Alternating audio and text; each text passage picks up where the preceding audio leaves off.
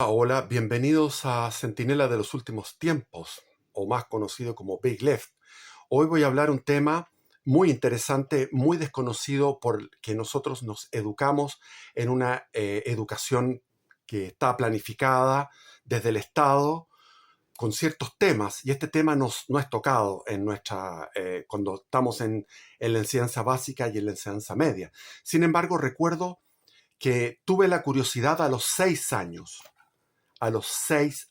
estaba yo cursando mi primer año de enseñanza básica en un colegio británico de Santiago de Chile, y ahí la profesora me explicaba que Cristóbal Colón se había iluminado y había entendido de que la Tierra era redonda, en contraposición a la creencia popular de que era plana. Esto era equivocado. ¿Por qué? Porque en realidad en las universidades que se habían creado tanto en Portugal como en España y en Francia, en distintas universidades creadas en los tiempos de la Edad Media, que fue una creación de la Iglesia Católica. La Iglesia Católica creó las universidades. Ahí en ellas se enseñaba la teoría de Eratóstenes, que era un griego que llegó a calcular la esfericidad de la Tierra, equivocándose en muy poco, casi exacta a lo que es la realidad de la esfericidad del globo terráqueo. Por lo tanto, Cristóbal Colón no sabía de eso y no era un inventor de aquello. Era un navegante que conocía muchísimas técnicas de navegación y dominaba el astrolabio, la brújula, que eran inventos recientes de la navegación, así como la carabela, que era un barco que podía tener autonomía sin usar los remos como eran las galeras antiguas. Las galeras, sobre todo, en lo que era el Mediterráneo. Después, en 1625, hubo una batalla en el Adriático donde se enfrentaron los galeones españoles, que son los que sucedieron a las carabelas, que eran barcos de 1.500 toneladas, pesados, con torreones altos, almenas de madera, estos de robles, y se enfrentaron 15 embarcaciones. El virrey de Toledo, que era el virrey de Nápoles, que dependía del rey de España, porque Nápoles, Sicilia, todo el sur de Italia era de España, se enfrentó a 50 galeras del reino de Venecia y las derrotó. O sea, no las derrotó, sino que llegaron a un empate, a un empate, pero quedaron tan dañadas las galeras que eran a remo. Las galeras antiguas ya venían de la época de los romanos, de los griegos, de los romanos, del medioevo, y ese tipo de embarcaciones de guerra con espolones, con mucha maniobrabilidad, no pudo contra estos galeones españoles en el 1625. Por lo tanto, durante el siglo XVI se va transformando la navegación. Y siempre escuché yo, cuando era pequeño, de 6 años, 7 y 8 años, que se repetía esta historia, la historia de Cristóbal Colón, que fue a entrevistarse con los reyes católicos. Uno aprendía en esa época, se aprendía a los 6 años el nombre de Isabel la Católica y Fernando de Aragón, y uno se lo memorizaba porque después te preguntaban. Entonces Cristóbal Colón se fue a entrevistar con Isabel la Católica, Fernando de Aragón. Isabel la Católica empeñó unas joyas que tenía. No sé si eso es verdad, porque eso es de lo que me enseñaron de niño. Y todo era por poder llegar a través yendo por los vientos que van de este a oeste, llegar a las Molucas. Entonces hablaban de las Islas Molucas. ¿Y qué son las Molucas? Entonces yo me preguntaba de niño sobre las Islas Molucas, y la curiosidad me llevó a investigar esto, y esto es lo que quiero plantearles a ustedes, porque este tipo de temas históricos no están tratados en el currículum, en el programa de la historia que aprendemos en la educación básica y en la educación media en nuestro país, y yo creo que en casi todos los países hispanoamericanos, que tienen un sesgo republicano y que no estudia lo que es la expansión formidable, épica, heroica de la corona católica española a través de la evangelización y del dominio por las armas al mismo tiempo, y la proliferación de ciudades y de naciones. de naciones, literalmente, de una multiplicidad de naciones en la América, y ahora vamos a verlo en el Asia, en Asia. Entonces, después de la expedición de Cristóbal Colón, que se topó con Guanaani, una isla que está en las Bahamas, y después vino el segundo viaje, que ya no eran 3 carabelas, sino que fueron como 15 o más, no me acuerdo, pero llegaron muchas carabelas, y refundó el fuerte que en lo que es La Española, lo que es ahora República Dominicana, y después vino el tercer viaje y el cuarto viaje de Cristóbal Colón buscando un lugar, un pasadizo que llevara a Zipango, que era Japón, y llevara a las Islas Molucas. Eso no pudo suceder porque se encontró Cristóbal Colón en su cuarto viaje conociendo lo que es el norte de la costa atlántica colombiana y lo que es la costa de Panamá. Ahí supo que había otro mar más allá, por lo que decían los indígenas. Ahora, ¿por qué las Islas Molucas eran tan importantes? Eran en total 5 islas pequeñas de origen volcánico, que tenían unas playas de arena negra, que no tenían una diversidad de flora y fauna. Por lo tanto, los lugareños vivían de comerciar lo que ellos tenían, que era el clavo de olor. Por otro lado estaba la canela, que se producía en Ceilán. Ceilán es la isla que está, es Sri Lanka, esa isla grande que está al sur de la India. También los hindúes tenían cultivos de canela, por lo tanto la canela era más fácil de obtener. La pimienta, que era la mitad del comercio que había entre el Asia, entre la India y la Europa medieval, era la mitad del comercio era pimienta, el resto se dividía entre canela, nuez moscada y clavo de olor. Por lo tanto, eran cuatro. La pimienta, que era la mitad del comercio en la Edad Media. Después, la otra mitad se repartía entre el clavo de olor, que venía de estas islas, las Molucas, la canela, que venía de Sri Lanka, o la isla de Ceilán, la nuez moscada, que venía del archipiélago de la Banda, con B alta, B larga, B alta, Banda, y era un grupo de islas.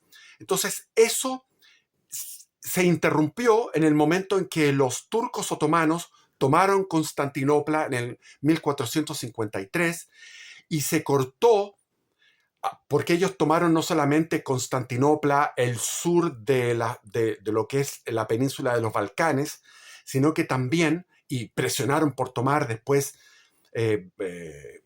Austria, o sea, presionaron hacia Europa. O sea, el Islam estuvo presionando por el lado de los turcos otomanos, intentando conquistar la Atenas del Austria, que es Viena. Y después por el lado de la península ibérica fueron siendo derrotados por la reconquista española y portuguesa. Entonces, tomaron además, los otomanos tenían la Tierra Santa, conquistaron Egipto, lo que es Mesopotamia. Por lo tanto, se encarecía muchísimo el producto. ¿Por qué el producto era tan importante? Porque en aquellos tiempos no existía el refrigerador y la carne tomaba olores y se descomponía en varios días, como nosotros podemos constatarlo, y se ocupaba esto para preservar las carnes, porque no existía el refrigerador. Por tanto, eso era de mucha importancia, y en el siglo XV, con este éxito de los turcos otomanos, musulmanes, que habían tomado lo que es la península de Anatolia, que ahora es Turquía, y todo lo que es el Medio Oriente, se encarecía mucho y se cortaba la yugular al comercio de la ruta de la seda con China. Entonces se perdía el comercio con China y se perdía el comercio con la India, donde estaba la pimienta, y con las Molucas, que era un comercio que tenía India con las Molucas. Que las Molucas son 5 islas que están al este de Nueva Guinea y están en una falla geológica que después se descubrió en el siglo XIX por científicos, que hay una falla geológica donde también hay una separación entre la fauna y la flora de las islas que están hacia el este y las islas que están hacia el oeste. Por lo tanto, hay una flora completamente endémica en estas islas, que una se llama Terrenate, la otra Tidore, hay otra que se llama Bacán, y hay dos más. Son 5 islas que producen el clavo de olor. Entonces, había una fisura donde está el volcán Krakatoa, que tuvo una explosión volcánica en el siglo XIX, en 1883. Tremenda explosión, la más grande que ha habido de las explosiones registradas, de las erupciones volcánicas, el Krakatoa. Y ahí tenemos entonces esa falla geológica, que también es una falla de tipo ecológica. Entonces, hacia el oeste de esa falla se encuentran estas islas, se encuentra Nueva Guinea, se encuentra Australia, Nueva Zelanda, o sea, todo esto un conjunto de Oceanía, lo que se llama Oceanía, que es muy diferente en la flora y en la fauna con respecto a lo que es el resto, sería el resto de Indonesia, de Malasia, de Singapur, de Vietnam, de Camboya, de Birmania, de China, etc. Entonces, era un producto sumamente valioso. En esa época existía lo que es el quintal. El quintal es aproximadamente lo que serían ahora 46 kilogramos. Ese quintal tenía un valor que valía lo que se le pagaba a un soldado de guerra durante un año, que era un sueldo bajo, pero si tú juntas un año era harta cantidad. Tanto es así que después, cuando eso fue tomado por los neerlandeses, los holandeses, calvinistas, tomaron toda esa riqueza y ocuparon todo lo que era la Indonesia, lo que es Sumatra, la isla de Java, donde había también cultivos de clavo de olor y canela. Todo eso lo tomaron los holandeses hasta la Segunda Guerra Mundial.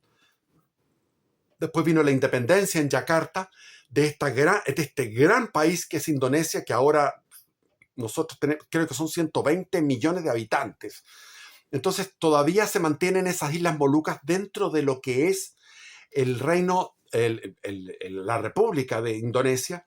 Y ahí Terrenate y Tidore recuerdan con mucho agrado y con un muy buen recuerdo lo que fue en la época en que Castilla, el reino de Castilla, el reino de España, estuvo ahí.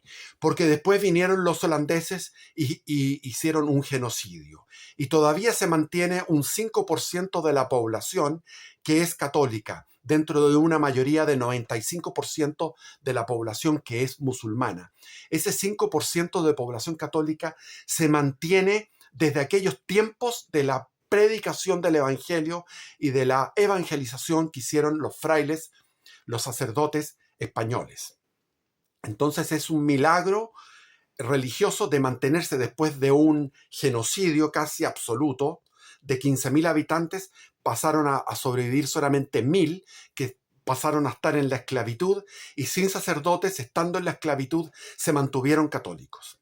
Entonces hay un recuerdo en Indonesia con respecto a lo que fue la colonización española del Asia como algo benéfico, hermoso, que quedaron monumentos arquitectónicos de construcciones y de fuertes en la isla de Tidore. Vámonos a la historia. Mueren los reyes católicos, se está poblando todo lo que es el Caribe, se conquista México, y mientras está produciéndose todo este vertiginoso conquista de México y después la conquista del Perú, etc., ¿qué sucede?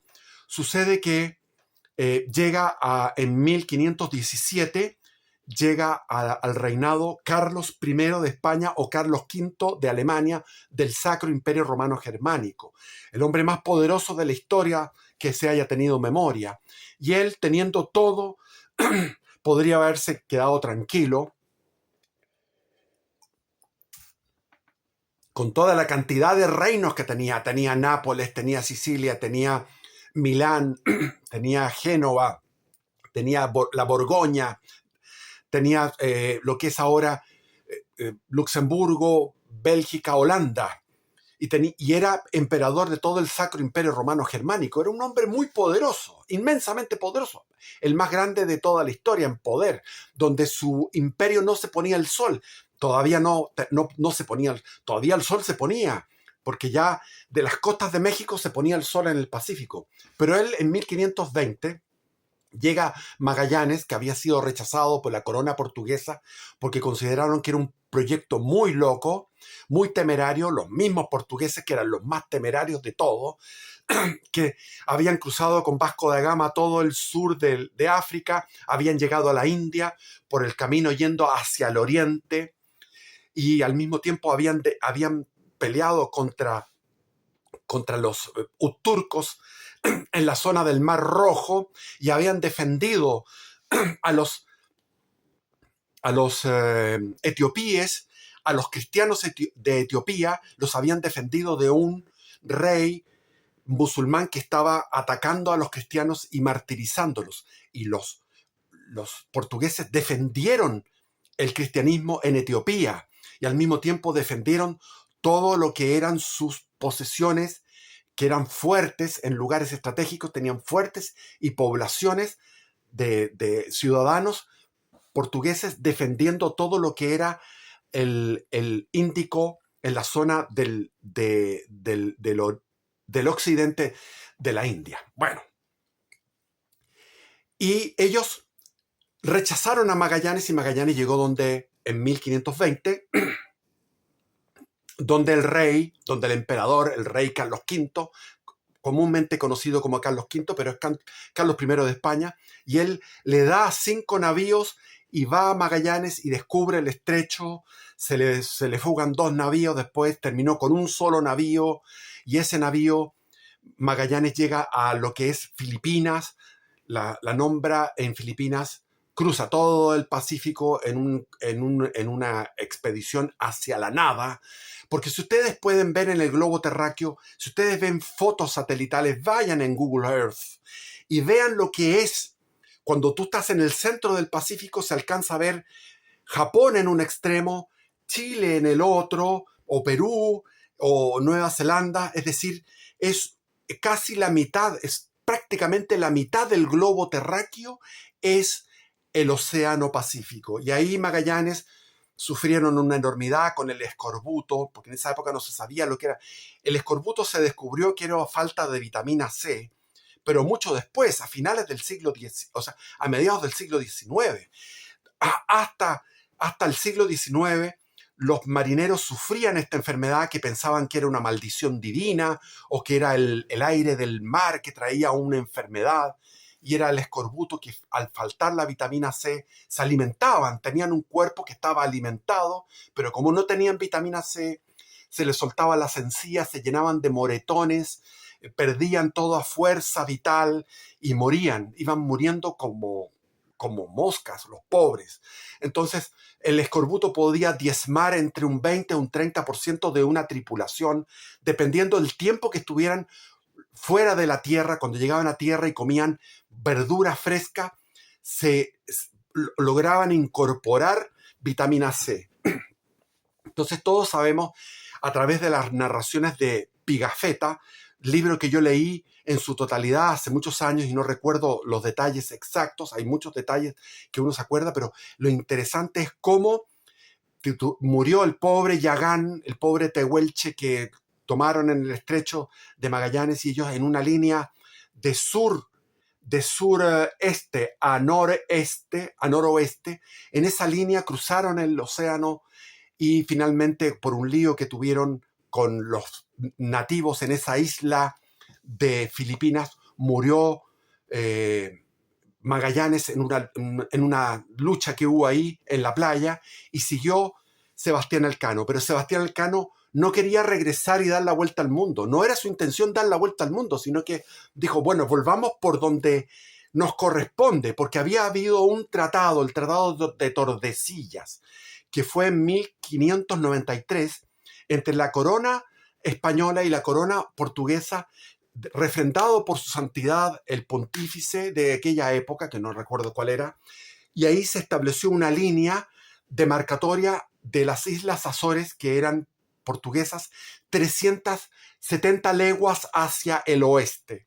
370 leguas hacia el oeste estaba la línea demarcatoria, lo que agarraba un pedazo de Brasil que está, digamos, la punta de Brasil, que sería desde Río de Janeiro hacia Bahía. Esa punta de Brasil tocaba, y por el lado del Pacífico correspondía a España, Japón, y correspondía Nueva Zelanda.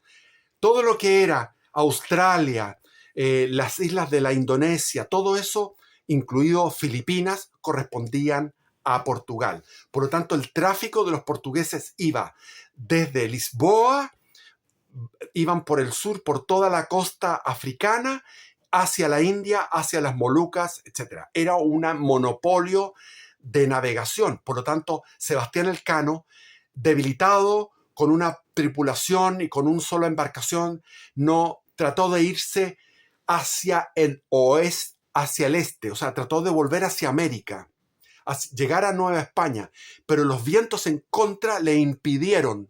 Por lo tanto, tuvo que seguir corriendo un peligro, meterse en el Océano Índico, que era un océano portugués, y regresar a España, y regresó llegando al puerto, no sé si de Cádiz o el puerto de Palos, llegando de donde había salido 3 años después, de 5 naves, una embarcación y 17 hombres, todos desnutridos, famélicos, harapientos, y una odisea. Es como ir viajar a la Luna y volver, o sea, es como ir al planeta Marte y volver, lo que fue la odisea de Sebastián Elcano.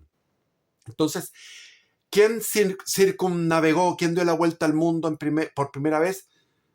Sebastián Elcano, en la expedición de Hernando de Magallanes. Me lo enseñaron cuando tenía yo 6, 7 años. Era parte de la enseñanza de la educación básica en primero, segundo y tercero básico.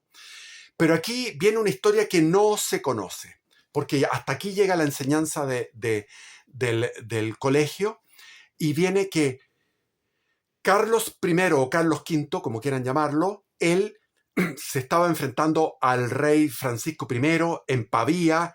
Sus tropas habían saqueado Roma, habían saqueado el Vaticano y la ciudad de Roma, había derrotado a Francisco I, lo había capturado, estaba preso. Él tenía el poder total, pero estaba celoso de los portugueses, porque los portugueses manejaban el comercio con las Molucas. Entonces, como sabía, Sebastián Elcano, cuando pasó por las Molucas, cargó su embarcación con varios sacos de clavo de olor, llegó a España con esos sacos de clavo de olor. Le dijo a Sebastián Elcano que ya había tenido un amorío, tenía una hija en España y se había recuperado del viaje. Inmediatamente, en 1525, el emperador, el rey de España, al mismo tiempo, emperador Carlos V y rey de España Carlos I, le propuso ir hacia las Molucas por el mismo viaje que había hecho Sebastián Elcano, y lo equipó con 7 embarcaciones. Esas embarcaciones fueron con mucha calma, con muy buen tiempo, zarparon de La Coruña y con buen viento, y en una feliz navegación llegaron a las Canarias, que era de España. En las Canarias se reabastecieron, llegaron a Brasil, que era de Portugal, pero era Río de Janeiro era un poblado, era una aldea. Ahí se reabastecieron en Brasil y llegaron al estrecho. Y en el estrecho de Magallanes se encontraron lo que siempre había en el estrecho de Magallanes: un viento feroz que viene desde el Pacífico y va hacia el Atlántico con velocidades de más de 100 kilómetros por hora, lo que impide entrar por la boca oriental, por la punta Dungeness. Impide entrar, pero estuvieron meses tratando de penetrar en el estrecho y tratando de pasar por el estrecho de Magallanes en 1527. Pasó más de un año de navegación cuando en 1526 ya entran en el Pacífico, y en la zona sur de Chile, al frente de la isla Mocha, hubo una tormenta feroz que hundió dos embarcaciones de las 7 que llevaban. En el estrecho habían perdido otras 2, y en la embarcación donde iba el gran Sebastián Elcano, que estaba enfermo de escorbuto, escribió él con papel y lápiz ahí, con pluma, papel y pluma, escribió su memoria, donde él pedía que se le diera una pensión a su amor, a su amante, a su concubina en España, a su hija que habían tenido con ella, y etcétera, a su hermano que tenía unos problemas con, etcétera, pero al mismo tiempo, en ese momento firmaron 5 en esa embarcación, la embarcación capitana, firmaron 5, y uno de los que firmó era don Andrés de Urdaneta.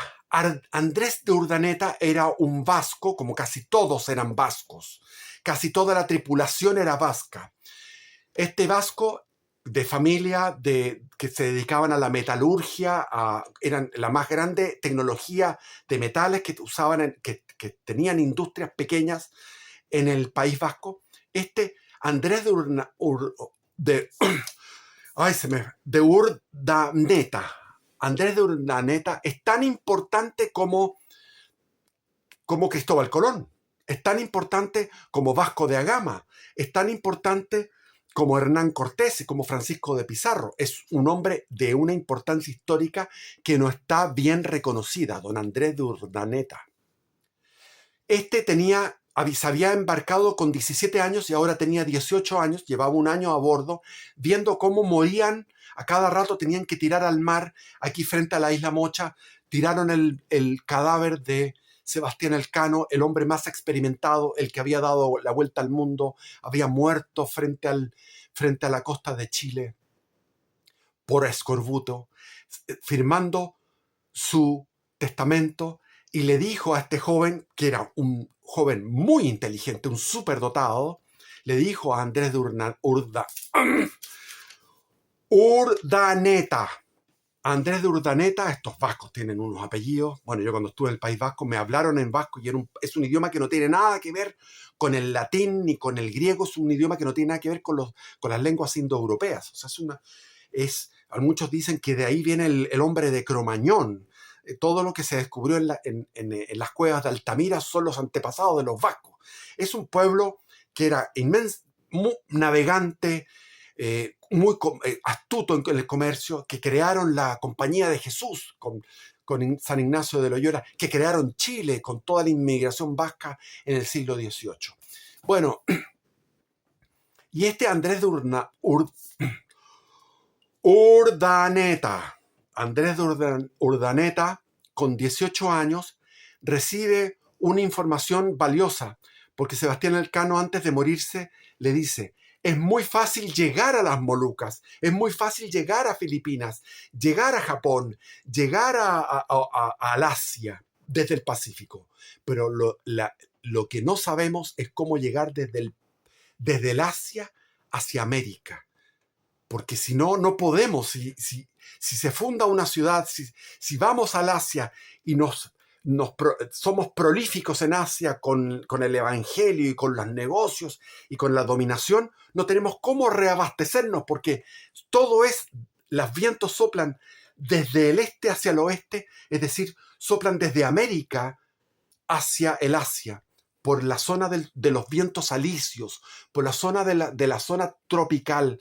Entonces, ¿cómo podemos encontrar una vuelta, una corriente marina, una corriente de vientos que nos lleve desde el Asia hacia América? Y este Andrés de Urdaneta es el que va a descubrir eso en 1565.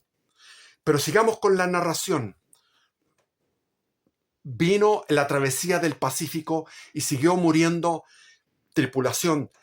Había en total 450. De los 450 hombres, llegaron 250 a las Islas Molucas en octubre del año 27. O sea, habían pasado 2 años de navegación y llegaron a las Islas Molucas.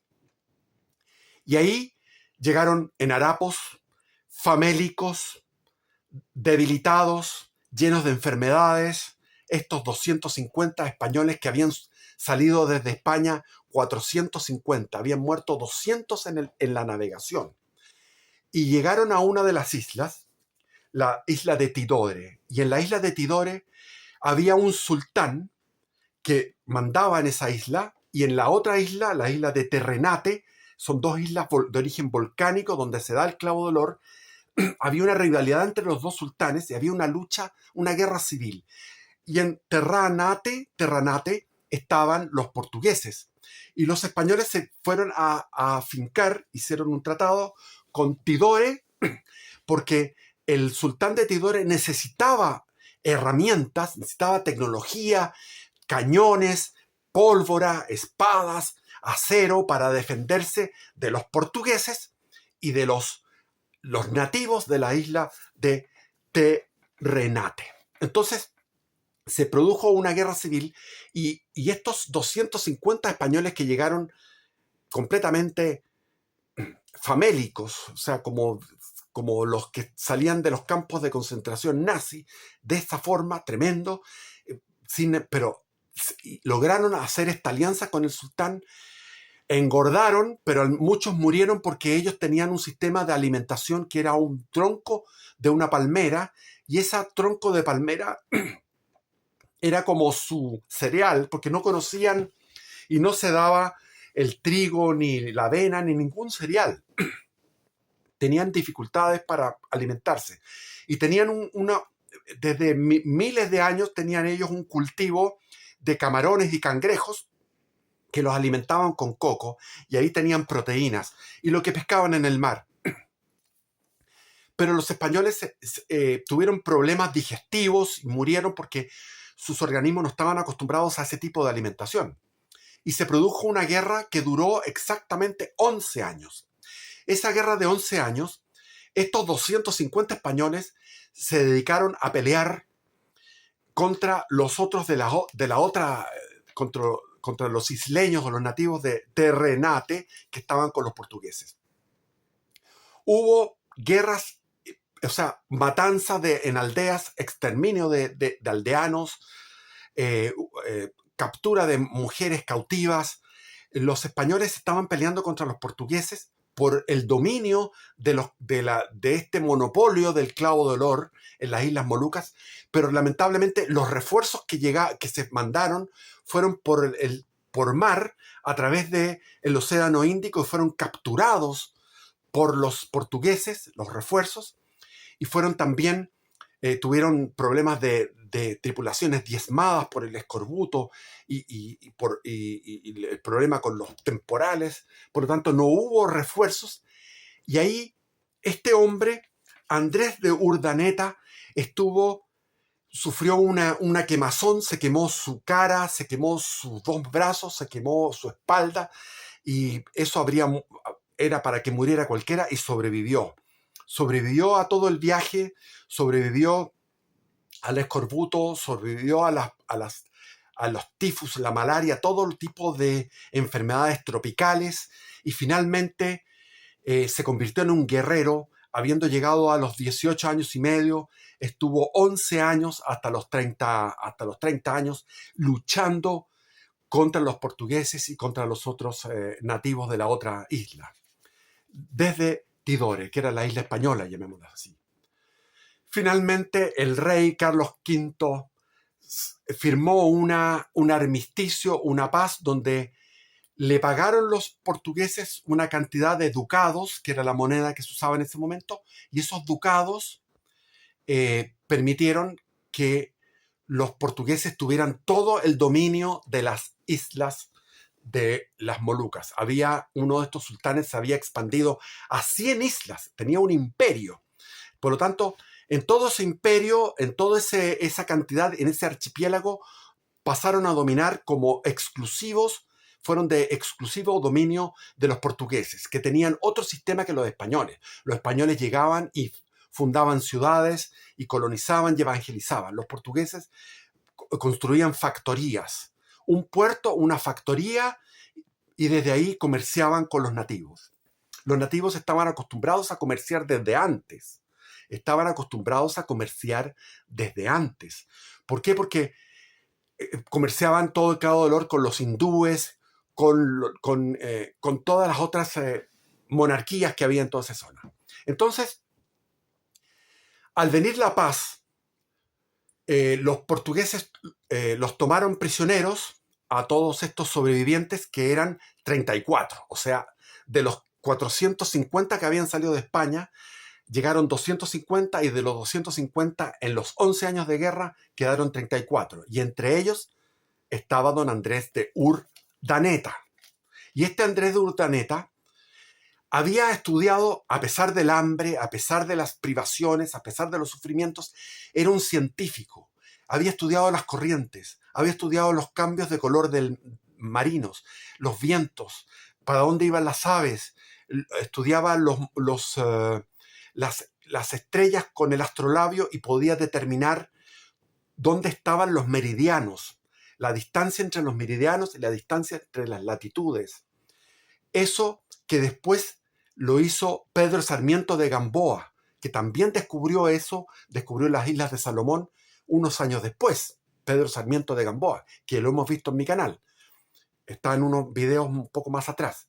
Entonces, este científico, que además había sido tripulante, navegante, observador de la naturaleza, que escribía todo con detalle, con mucha observación minuciosa, al mismo tiempo astrónomo, al mismo tiempo guerrero invencible, que había sobrevivido a innumerables batallas, que donde relató en crónicas toda esta guerra de 11 años, y que sobrevivió a la quemazón de un estallido de un polvorín, que las llamas le quemaron el cuerpo y sobrevivió a eso, lleno de cicatrices.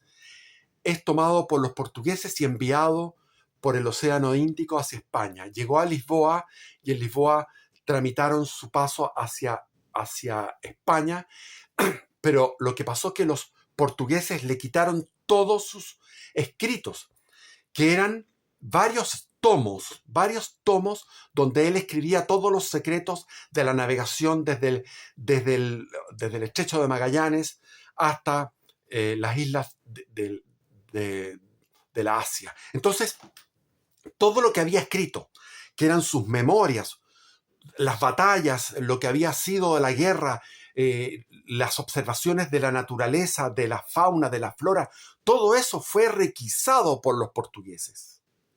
Y él, llegando a España, pidió pluma, pidió papel, y comenzó tenía una memoria tan formidable que reprodujo todos esos tomos, obviamente con algunos detalles que se fueron, porque eran detalles técnicos con respecto a los grados de latitud, de longitud, con respecto, etcétera. O sea, había detalles muy minuciosos que quedaron fuera de su memoria.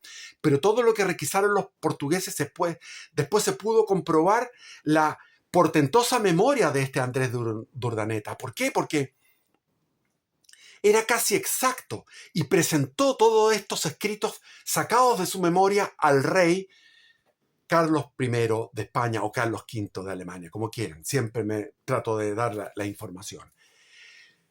Y ya se había firmado la paz. Esto le significó al rey Carlos recibir una cantidad de plata en ducados por cediendo la disputa de las Molucas.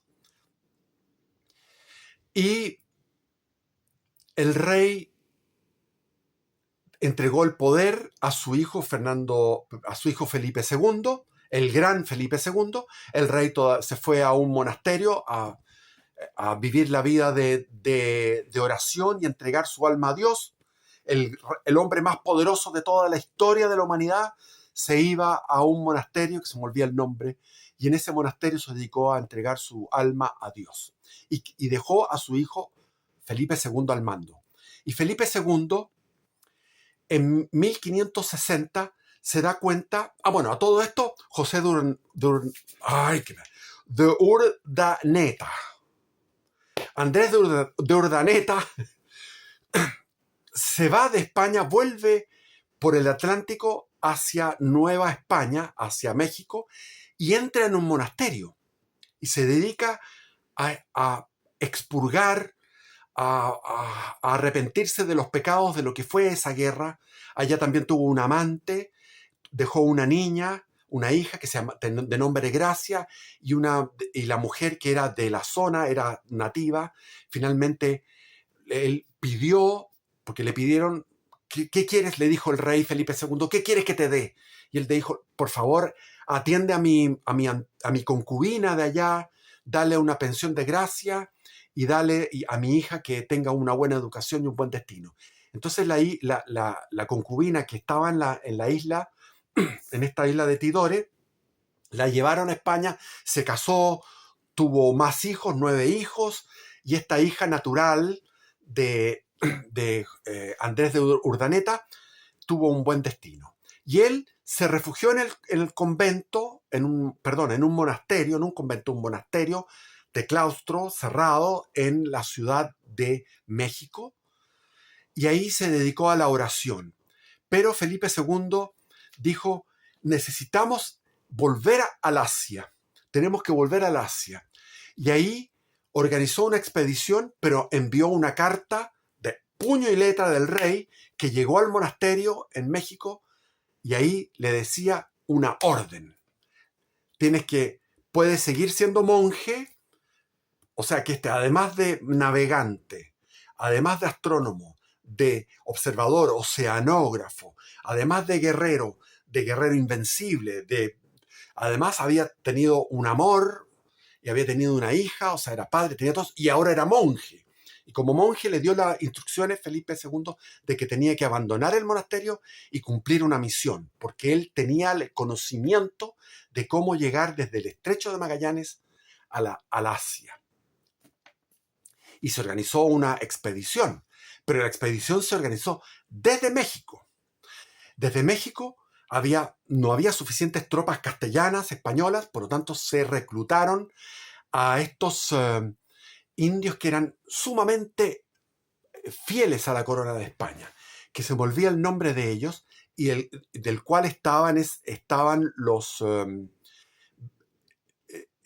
Juan Diego, San Juan Diego, el indiecito que pertenecía a esta etnia, que era una etnia que había sido oprimida por los aztecas y fueron liberadas por los españoles. Entonces eran muy agradecidos o muy fieles a España. Esta etnia, que se me olvida el nombre en este momento, lo pueden buscar en información, esta etnia de donde estaba San Juan Diego, que fue el que vio a la Virgen, fue el vidente de la aparición de la Virgen de Guadalupe, donde el que tenía en su tilma la Virgen de Guadalupe impresa, y que es un milagro, hasta el día de hoy es un milagro, porque la tilma estaba hecho con juncos, y los juncos se deterioran en 25 o 30 años, a más dar, y lleva 500 años ahí. Todavía no cumple 500 años, pero estaba a 10 años de cumplir 500 años, 1535, en la Basílica de Guadalupe. Bueno, reclutaron a todos estos indios mexicanos y se embarcaron desde Acapulco y se fueron con el jefe de esto, era de apellido Legazpi. O sea, los que iban ahí eran puros vascos. Eran vascos, marineros vascos, soldados vascos y guerreros mexicanos. Los guerreros mexicanos, imaginárselos no con la indumentaria indígena, sino que con los cascos, con el morreón, con la coraza, a pelear, a conquistar la tierra de Filipinas. Y llegaron con una navegación muy feliz, llegaron a la isla de Luzón, con Z. La isla de Luzón es la isla más grande de Filipinas. Y llegaron a donde había un puerto, que era el puerto de Manilae, que era un puerto que ya existía, porque había en la isla de Luzón, hacia el interior, había tribus que eran del Paleolítico, que no sabían ni de agricultura ni de nada.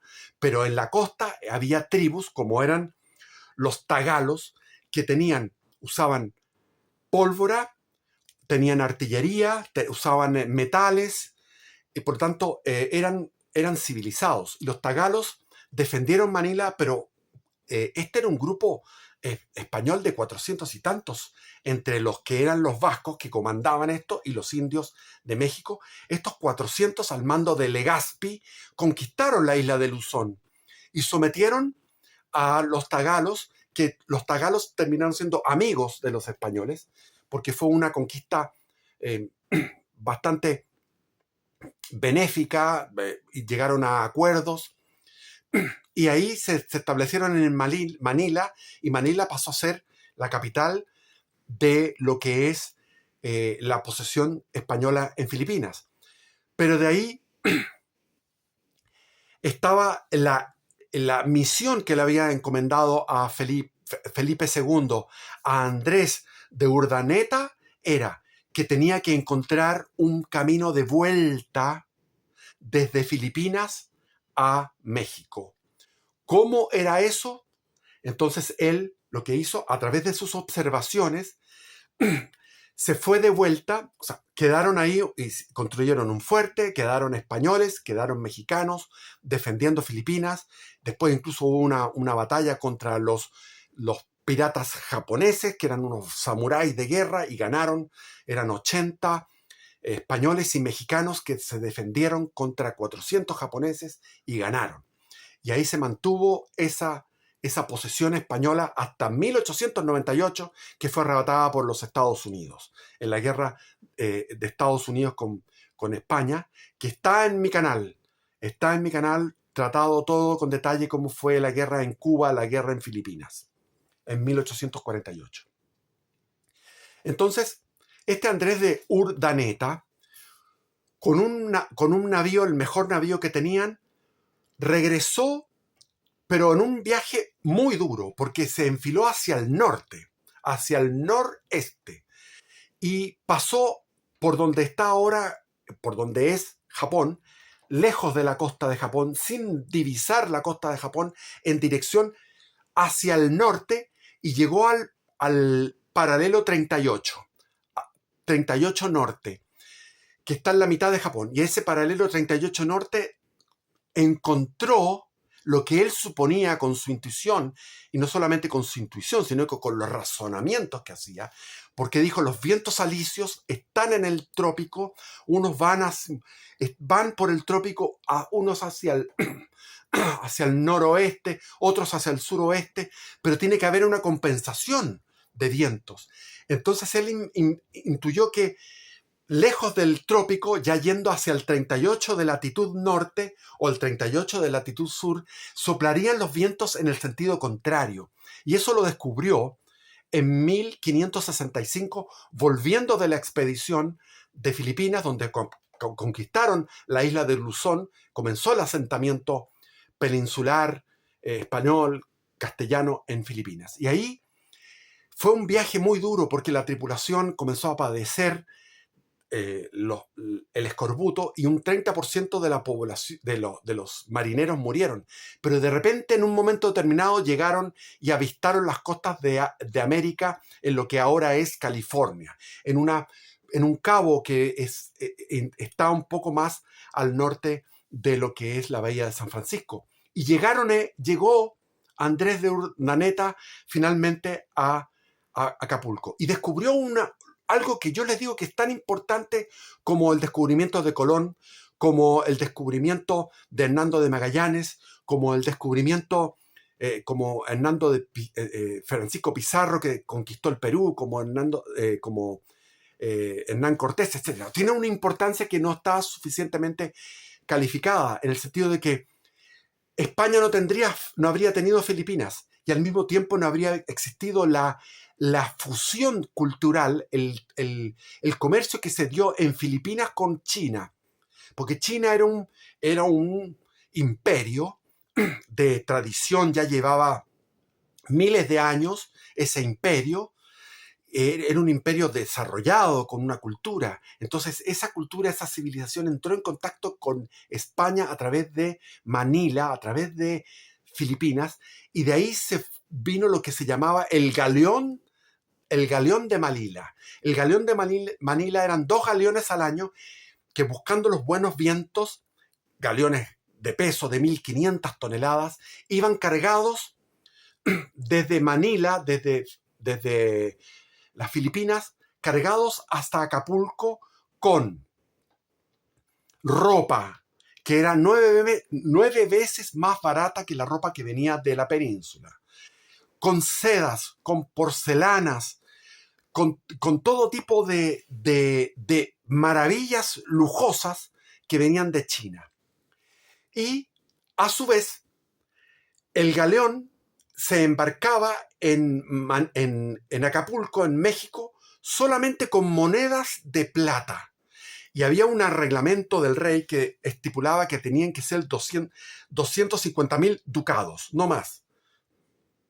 Pero eso se fue, como en el tráfico de las drogas, que todos son entra la corrupción, porque estaba el Consejo de Indias, en Sevilla, en el sur de España, que manejaba todo el comercio y controlaba todo el comercio entre el Nuevo Mundo, entre las Indias occidentales, que era América, entre el Nuevo Mundo y España. Y ese comercio era controlado por el Consejo de Indias, por la Casa de Contrataciones, era con todo lo que había ahí como un control burocrático. Entonces, estaban celosos porque se estableció un comercio entre la costa de México, entre Acapulco y Manila, y que iba por el norte, o sea, iba de este a oeste en línea recta y llegaba a Manila. Y después de vuelta, de Manila de Filipinas hacía un arco por donde estaba, llegaba casi hasta Alaska, casi hasta las Aleutianas, pero daban la vuelta en un arco y llegaban a México. Entonces, este galeón de Malina eran 2 al año que iban cargados con monedas. Entonces el rey dijo, no más de 250.000 ducados.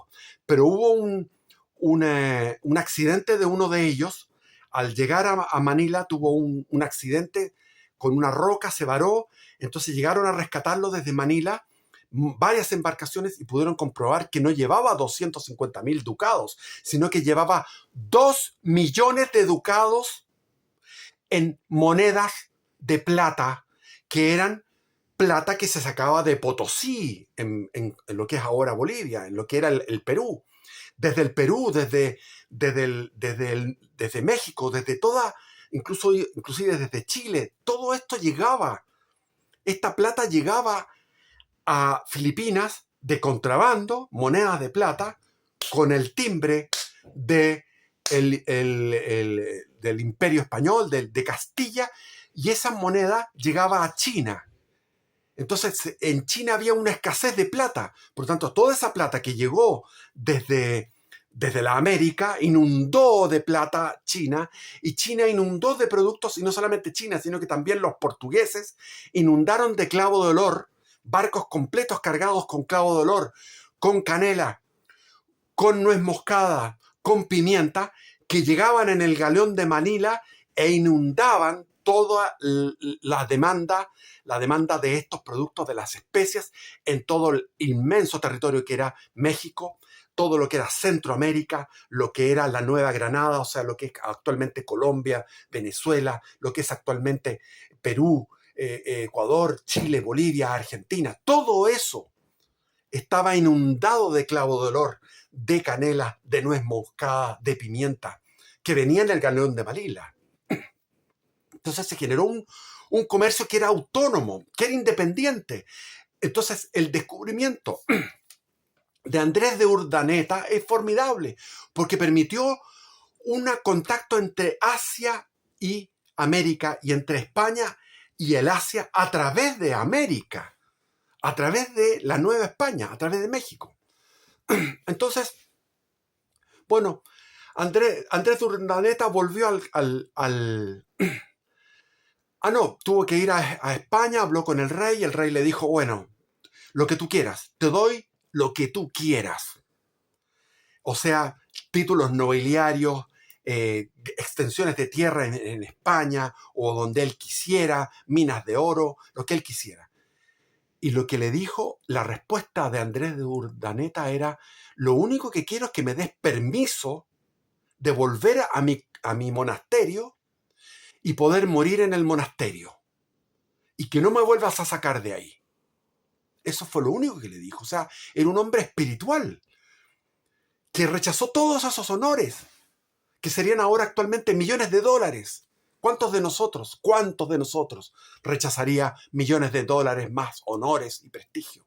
¿Cuántos? Volvió al monasterio y murió en el monasterio. Una vida a los 60 años, murió a los 60 años, lleno de cicatrices, lleno de dolores, con todos los dolores que tuvo en su cuerpo, se le manifiestan en la vejez. Entonces, las Molucas pasaron a estar en dominio de los portugueses.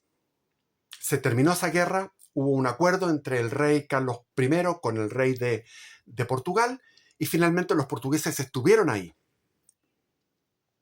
Pero Felipe II dijo, hay que disputarle nuevamente, hay que entrar a disputarle a los portugueses el señorío y el monopolio de las Islas Molucas. Y envió desde Filipinas una expedición de 3.000 hombres y numerosos navíos, pataches, le llamaban en esa época. Los pataches eran navíos pequeños que iban a remo, eran como embarcaciones pequeñas, unos bergantines pequeños, los pataches, pero iban otras y iban con soldados entrenados como los tercios de Europa, como los tercios españoles.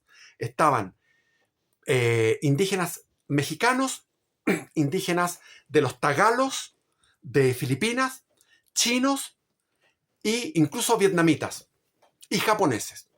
Había 8 o 9 idiomas en esa sola expedición para recuperar la isla de Tidore. Y llegaron a Tidore y comenzó la disputa entre los portugueses y los españoles de nuevo, pero no, porque en 1581 el rey Felipe II había tomado la corona portuguesa. Había tomado con el duque de Alba y sus tropas, que eran tropas veteranas de la guerra de Flandes, en esa guerra que nunca terminaba, la guerra de Flandes, con el duque de Alba, tomó Lisboa y él se coronó y tenía legítimo derecho Felipe II para ser coronado también rey de Portugal. Y ahí Portugal y España estuvieron alrededor de 100 años unidos a las coronas, pero era una unión con muy poco pegamento, porque los portugueses estaban acostumbrados a una autonomía, a una manera de ser y a tener enemigos, los menos enemigos posibles. En cambio, España tenía muchos enemigos. Los portugueses siempre fueron amigos, desde la época de la época medieval, eran amigos de los ingleses. Y resulta que ahora eran enemigos de los ingleses y los portugueses tenían que pelear contra los ingleses. Y tenían que pelear en Flandes contra los holandeses y los belgas de ahora. Entonces, el rey Felipe II dijo, hay que cumplir con la promesa que se le dio a Cristóbal Colón de llegar a las Molucas. España estaba esperando hacía 110 años de tomar posesión de las Molucas, y ahora tomaron posesión de las Molucas, y los portugueses quedaron a un lado. El lobby, o sea, la fuerza de presión, el organismo de presión dentro de la magna corona española, los portugueses presionaban como una fuerza de presión de que eso era de ellos. Pero Felipe II quiso, y esta expedición tomó las islas, y ahí se produjo se fundó una ciudad, y en esa ciudad se pusieron 4 monasterios, uno de los agustinos, uno de los dominicos, uno de los franciscanos, y el 4º monasterio era de los jesuitas, pero de los jesuitas portugueses, para que los jesuitas seguían metidos de alguna manera a través de los jesuitas portugueses con sus intereses ahí. Pero las colonias portuguesas, las más lejanas, estaban a 5.000 kilómetros de distancia. Estaban en Goa, en la costa oriental de la India. Por lo tanto, no había cómo los portugueses poder recuperar las Molucas. Y al mismo tiempo había otras instancias en Sumatra, en Borneo, en Java, donde había industrias, emporios, factorías portuguesas para captar las especias y llevarlas a Europa en su monopolio, a pesar de que España ya tenía el control de eso. pero los portugueses seguían siendo los gestores porque era algo que heredó Felipe II. Pero ¿qué pasó? Pasó que hubo una tregua en la guerra de Flandes, y en esa tregua pudieron los holandeses llevar una expedición de mucha cantidad de barcos a tomar las Molucas y a tomar el archipiélago de Banda, con B larga, B alta, Banda.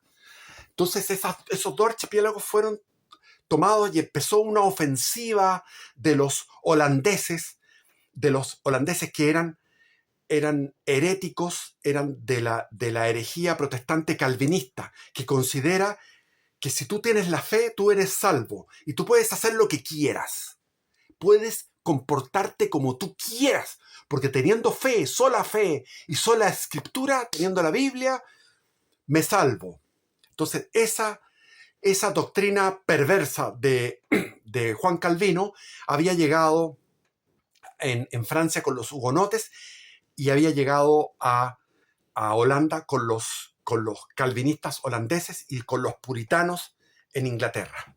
Entonces, los calvinistas holandeses no quisieron que el rey de Holanda, la corona de Orange, tomara. No, ellos inventaron el capitalismo moderno, crearon la Compañía de las Indias Orientales, la Compañía Holandesa de las Indias Orientales, que era una sociedad anónima, donde todos podían poner plata. Inventaron la sociedad anónima, y esta era un estado dentro del Estado de Holanda, que después, con la paz de Westfalia en 1648, pasó a ser consagrada a la independencia de Holanda, de las provincias del norte, y pasó también a España a firmar en 1648 que no iba a seguir expandiéndose como corona católica española en el Asia. Se iba a quedar solamente con las Filipinas.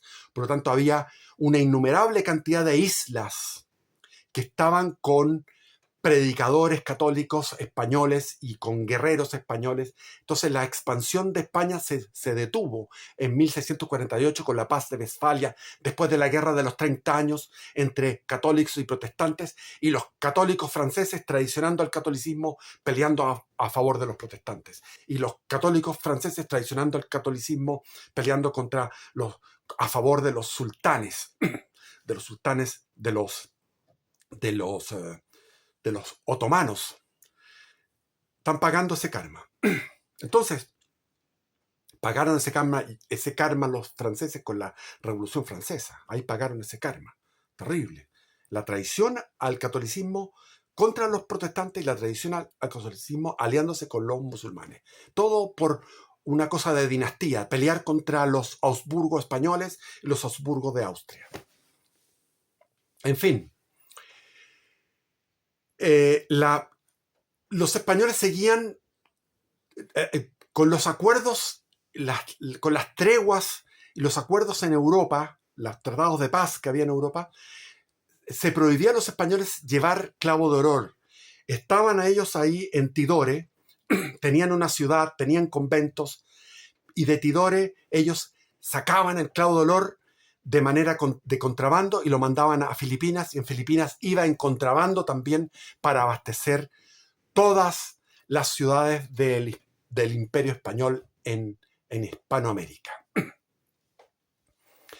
Y viene esta lucha permanente contra los holandeses, pero España, como estaba siempre en 1000 guerras, tenía guerras en todas partes. Entonces España siempre estaba en guerra, gastando en guerras, luchando contra los protestantes en toda Europa, luchando contra los musulmanes, contra los turcos, defendiendo a Europa en Lepanto, defendiendo a Europa en el sitio de Viena. Entonces estaban siempre ahí.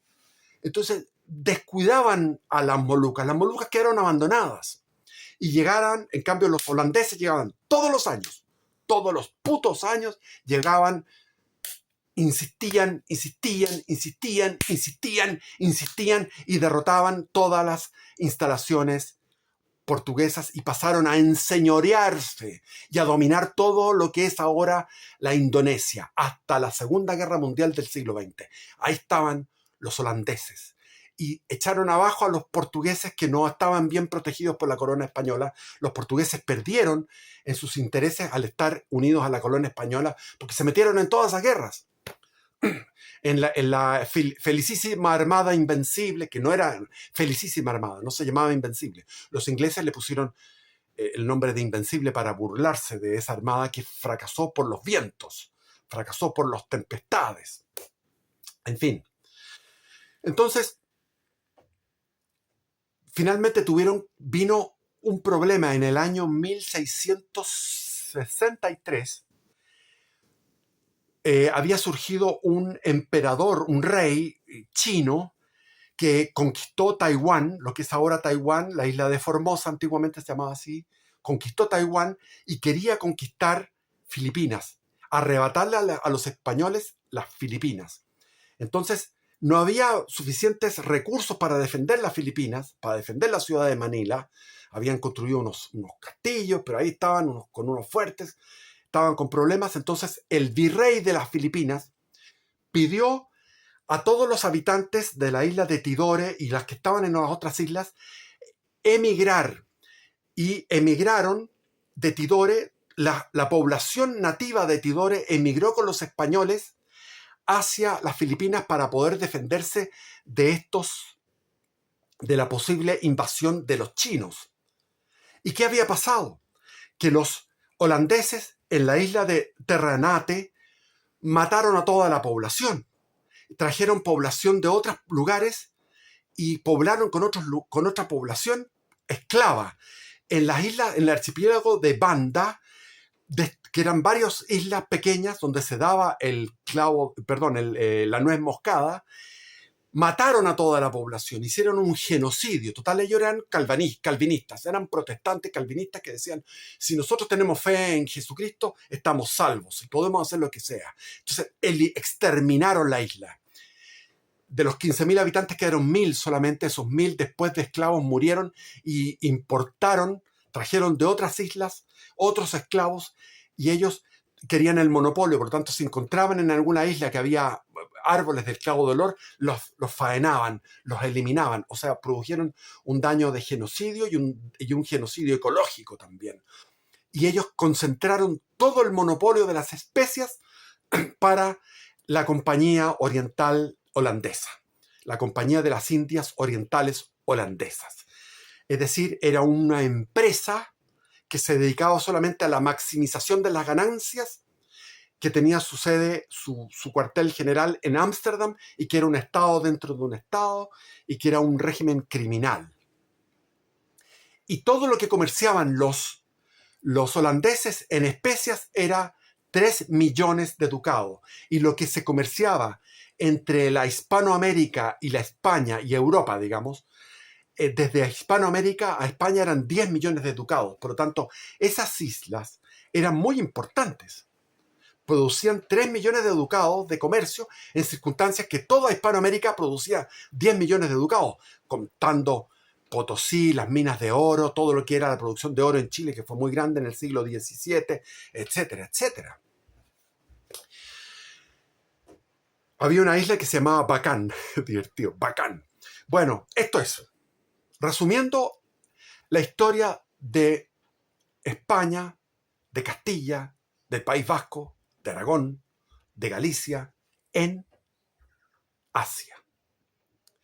Siguió la posesión española solamente en lo que era que después las Islas Guam, que después todo eso pasó a manos de Estados Unidos en la guerra de 1898, que fue una guerra urdida por Estados Unidos, porque el acorazado Maine estalló por un problema de diseño del acorazado, donde estaban el pañol de la batería, o sea, donde estaban, donde se guardaba la munición al lado de las calderas, y eso fue un mal diseño, y reventó en La Habana, y ahí vino la guerra de Cuba y la guerra de Filipinas, que es importante que la vean. Está en mi canal, Tendría que ver, después les dejo el de la descripción, o sea, dónde está, en qué video hay.